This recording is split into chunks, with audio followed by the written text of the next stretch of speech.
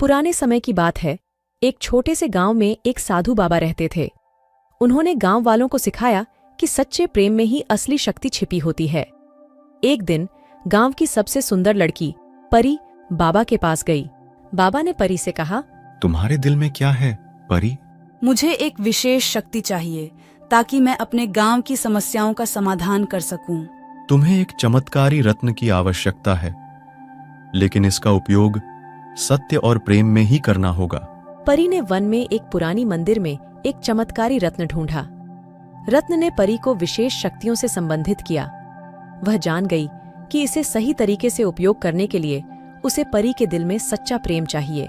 गांव में समस्याएं बढ़ रही थीं और परी ने रत्न की शक्ति से उन्हें हल करने का प्रयास किया, परंतु उसे समय समय पर आगे बढ़ने के लिए बड़े बड़े रोगी, गरीब और दुखी लोगों की सहायता की आवश्यकता थी। एक दिन गांव में एक दुखी युवक आया जिसे व्यापार में बड़ी हानि हो गई थी। परी ने उसकी सुनी और रत्न की शक्ति से उसकी मदद की। युवक ने फिर से अपना व्यापार चलाना शुरू किया और गांव के लिए समृद्धि लाने में मदद की। गांव के लोग खुश थे और परी की प्रतिज्ञा की बजाय करने लगे। परी ने रत्न की शक्ति का उपयोग सभी के भले के लिए किया और गांव को एक नया दिशा दिखाया।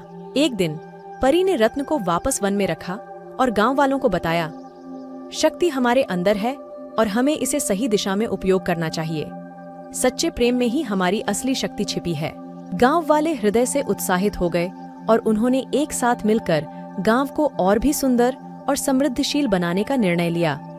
गांव ने समृद्धि और प्रेम के साथ नए सपनों की ऊंचाइयों को छूने का संकल्प किया और इसके साथ ही सुनने वालों को यह एहसास होगा कि सच्चा प्रेम और अच्छे कर्मों का असली मतलब क्या है। इस कहानी ने हर पल में रोमांच और जिज्ञासा बनाए रखा है, जो सुनने वालों को नए सोचने का मौका देगा। आखिरी संविधान, जिसमें बताया जाएगा कि शक्ति का सच्चा उपयोग समाज के हित में ही संभव है, ये सुनने वालों को रोचकी से भरा होना चाहिए।